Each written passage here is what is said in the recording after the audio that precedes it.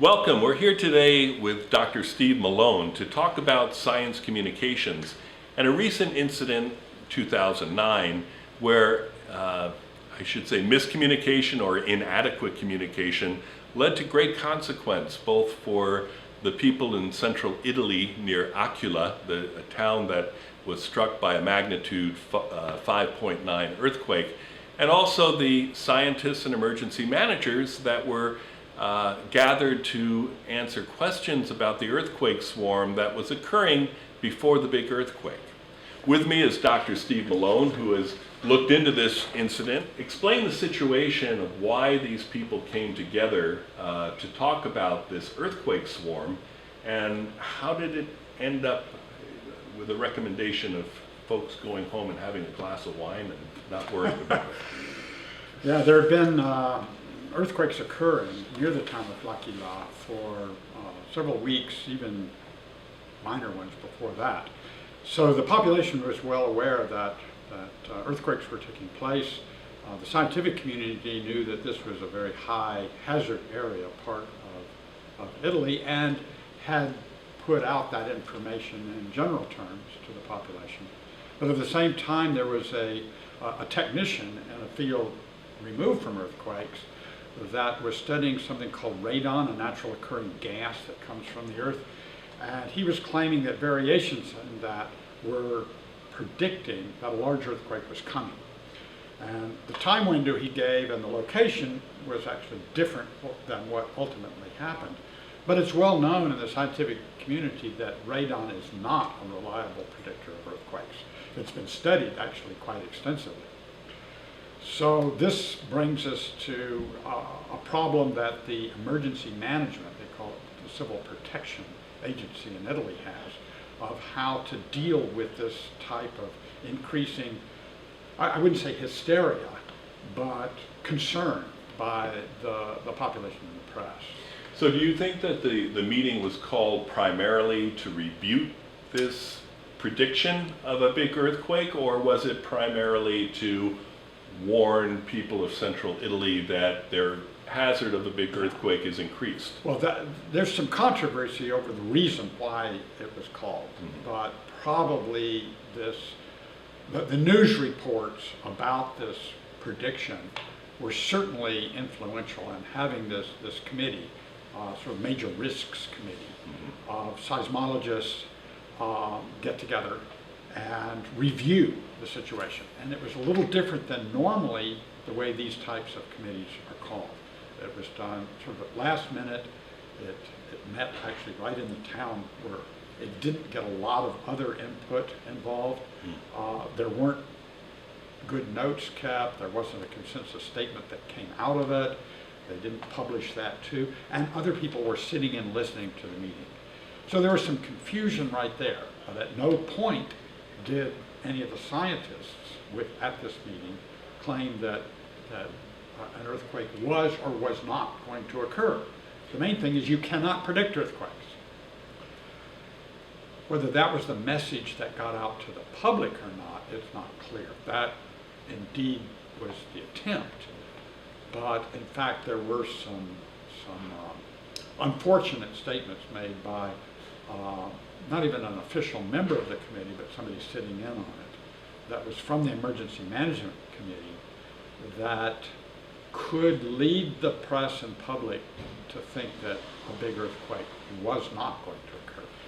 So in that vacuum, reporters were left to kind of pull out quotes from individuals that they're talking to around the meeting, and what was the famous one that got everyone in so much trouble? Well, what really probably was the thing that people picked up on was a statement made by the emergency management official, that something to the effect that the scientists tell me that the continuing earthquakes are a good thing. They are relieving energy. The implication being that a large earthquake is less likely. Yeah. He didn't say it couldn't occur. Statistically, that's really what could occur, but that reportedly let a lot of people do things that they wouldn't have normally done. Now, of course, all that's come out in retrospect after the earthquake did occur, and over 300 people were killed. So it was a terrible disaster. So what is the time frame here from the meeting to this terrible earthquake that occurred about a week later? And it occurred in the wee hours of the morning, so people were home, and many more casualties perhaps because they were in dangerous buildings that collapsed. Yeah. And then what happened after that then is what received an awful lot of press, and that was that, first of all, the scientists didn't predict the earthquake, and this technician did. Well, he did notify the public that something, but his window was not where the earthquake occurred. But nevertheless, you can't predict earthquakes, but you can not predict earthquakes. Right. So the scientists couldn't say there wasn't going to be one or there was going to be one. You don't know.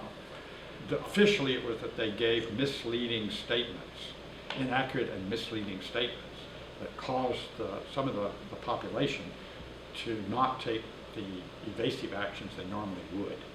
And it went to trial, and they were convicted. They were convicted to 6 years in prison and a huge fine, and forbidden to participate in any official activities for the rest of their lives. And in the appeal, the 3-judge panel that heard the whole process and all the evidence that had occurred did ultimately acquit the scientists, but left standing the conviction of the Civil Defense Authority, but with reduced penalties. Because he really did give the imprecise and incorrect and misleading statements. So what lessons should we take from this? Everybody has some fault in this particular situation of a bit, but no one actually said specifically there wasn't going to be an earthquake and therefore it's okay. They probably didn't follow up properly with giving people the background on it. And when I don't know amongst the seismologists what they would have heard when, but when they heard news reports that this guy was saying that the energy was decreasing because of the swarm of small earthquakes, they probably should have reacted and tried to clarify that and say that that is actually scientifically incorrect. And since this, we've learned a lot and said, okay, we need to study what that is and look at what's called operational earthquake forecasting, in which you look at what the average hazard is over time and how that is modified. Okay. And it can be increases of a factor of 100 increase in hazard. But when you're starting down in one and right. several millions, a factor of 100 still makes it a small probability that the earthquake will occur. At the same time, the press is somewhat culpable, even though maybe they didn't have a lot of choices of where to go and get it, in following some of these things that were going on and making a lot of the controversy, the scientists against this technician, and blowing that up. There was another earthquake that evening before the big one, and that under those circumstances in the past, people would go out and sleep in the parks or in their cars rather than in their home. And sometimes that is not an uncommon thing in Italy when they feel earthquakes, is to get out of the buildings which are known to be hazardous. In this case, some people said, oh no, don't worry, the scientists aren't worried, and went back again. Well, thank you very much for coming down and helping us out here. We're going to solve all of these problems in the workshop this week, so we'll let you know how it goes. Good luck. Thanks, Steve. Uh-huh.